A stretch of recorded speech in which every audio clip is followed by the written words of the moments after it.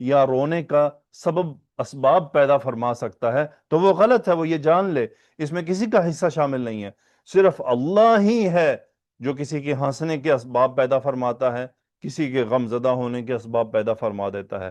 وَأَنَّهُ هُوَ أَضْحَكَ وَأَبْكَى، پھر آگے کیا آیت تھی؟ وَأَنَّهُ هُوَ أَمَاتَ وَأَحْيَا، کوئی یہ نہ سمجھے کہ کوئی کسی کو زندہ کرتا ہے اور کوئی کسی کو مارتا ہے، جیسا کہ بعض کفار کا خیال رہا کہ جیسے مثلا آج کل کچھ لوگ ہیں، جیسے ایک آدمی کو میں سن رہا تھا، اللہ تعالیٰ اس کو ہدایت عطا فرمائے، بریلویوں کا ایک عالم ہے انڈیا کا، اس کو میں سن رہا تھا، بہت عرصہ پہلے کی بات ہے، تو وہ قصہ سنا رہا، قصہ سناتے سناتے کہتا وہ دیکھا کیسے عیسیٰ علیہ السلام جب مردوں کو زندہ کرتے تھے تو کیا کہتے تھے؟ قم بِإِذْنِی، نہ قم بِإِذْنِ اللہ، کیا کہتے تھے؟ قم بِإِذْنِ اللہ، یعنی کھڑے ہو جاؤ اللہ کے حکم سے۔ اور جب عبد القادر رحمت اللہ علیہ جب وہ کسی مردے کو زندہ کرتے تھے تو کہتے تھے قم بِإِذْنِی، نعوذ باللہ، نعوذ باللہ، اللہم اغفر لنا، اللہم اغفر لنا، اللہم اہدنا۔ کیسے لوگ ہیں یہ؟ اور آگے سننے والا مجمع واہ واہ واہ واہ کہہ رہا تھا۔ میں حیران ہو گیا کہ یہ سامنے پورے مجمع میں ایک آدمی بھی عقل مند نہیں تھا، ایک آدمی بھی نہیں سمجھ سکا کہ یہ آدمی کیا کہہ رہا ہے، کہ عبد القادر رحمت اللہ علیہ کو یعنی اتنا بڑا اختیار دے رہا ہے کہ وہ زندہ کرتے ہیں۔ تو اللہ تعالیٰ نے کیا قرآن میں فرمایا؟ وَأَنَّهُ هُوَ أَمَاتَ وَأَحْيَا، وہی ہے جو زندہ کرتا ہے، وہی ہے جو موت دیتا ہے، وہی ہے جو موت دیتا ہے۔ عیسیٰ علیہ السلام بھی اپنی مرضی، قم بِإِذْنِی نہیں، قم بِإِذْنِ اللہ، اللہ کے حکم سے کھڑے ہو جاؤ۔ تو زندہ کرنے والا کون؟ اللہ۔ لیکن انہوں نے، اس ظالم آدمی نے کیا کیا کہ کسی مردہ کو زندہ کرنے کی براہ راست، یعنی مجازی بھی نہیں، حقیقی اس نے نسبت دے دی عبد القادر جیلانی رحمۃ اللہ علیہ کی طرف۔ اللہ اللہ! تو یہ ضمیر فصل کا کتنا بڑا فرق ہے، یہ ضمیر حصر کیا میسج دے رہی ہے کہ وہی ہے کہ جہاں جہاں کسی اور کی مداخلت کا کسی کو خیال ہو سکتا ہے، اللہ تعالیٰ نے وہاں ضمیر فصل استعمال فرمائی ہے۔ اللہ عالم بالصواب۔ اللہ تعالیٰ مجھے آپ کو، ہم سب کو سمجھنے اور عمل کرنے کی توفیق عطا فرمائے۔ السلام علیکم ورحمۃ اللہ وبرکاتہ۔